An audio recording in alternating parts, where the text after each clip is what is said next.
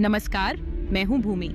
आज हम बात करेंगे एक ऐसी प्राचीन भारतीय परंपरा की जो अब एक वैश्विक स्वास्थ्य आंदोलन बन चुकी है, योग। बिल्कुल भूमि। योग शब्द संस्कृत के युज धातु से निकला है, जिसका अर्थ है जुड़ना, मिलना या एक हो जाना। यह जुड़ाव केवल शरीर और मन का नहीं, बल्कि आत्मा और ब्रह्मांड के बीच का भी होता है। सही कहा कृष। योग केवल आसनों तक सीमित नहीं है, बल्कि यह विचार और क्रिया में संतुलन, मन और शरीर की एकता, संयम और तृप्ति तथा मानव और प्रकृति के बीच सामंजस्य की प्रक्रिया है। यह वास्तव में स्वास्थ्य के प्रति समग्र दृष्टिकोण अपनाने का माध्यम है। और इसी विचार को वैश्विक स्तर पर पहचान दिलाने में अहम भूमिका निभाई हमारे प्रधानमंत्री श्री नरेंद्र मोदी जी ने। उनके प्रयासों से संयुक्त राष्ट्र महासभा ने 21 जून को अंतर्राष्ट्रीय योग दिवस के रूप में घोषित किया।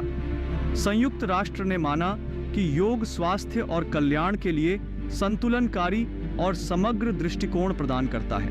बिल्कुल कृष, यह एक स्वास्थ्य क्रांति की शुरुआत थी, जहां इलाज से ज्यादा जोर रोकथाम पर दिया जाने लगा।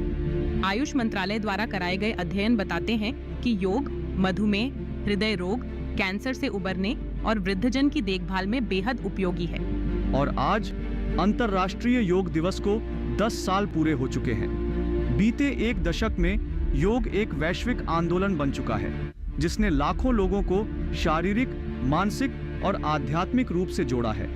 इसलिए कृष, योग को एक शारीरिक गतिविधि नहीं, बल्कि एक जीवन शैली के रूप में अपनाना जरूरी है। यह न सिर्फ शरीर को स्वस्थ बनाता है, बल्कि जीवन में संतुलन और जागरूकता लाता है।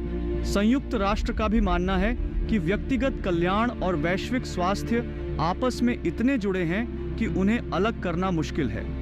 योग हमें खुद की और पृथ्वी की देखभाल की भावना सिखाता है। वास्तव में योग वसुधैव कुटुंबकम की भावना को जीता है। तो आइए योग को अपनाएं, स्वस्थ शरीर, शांत मन और संतुलित जीवन की ओर कदम बढ़ाएं। ऐसी ही उपयोगी जानकारी के लिए जुड़े रहिए हमारे साथ। धन्यवाद।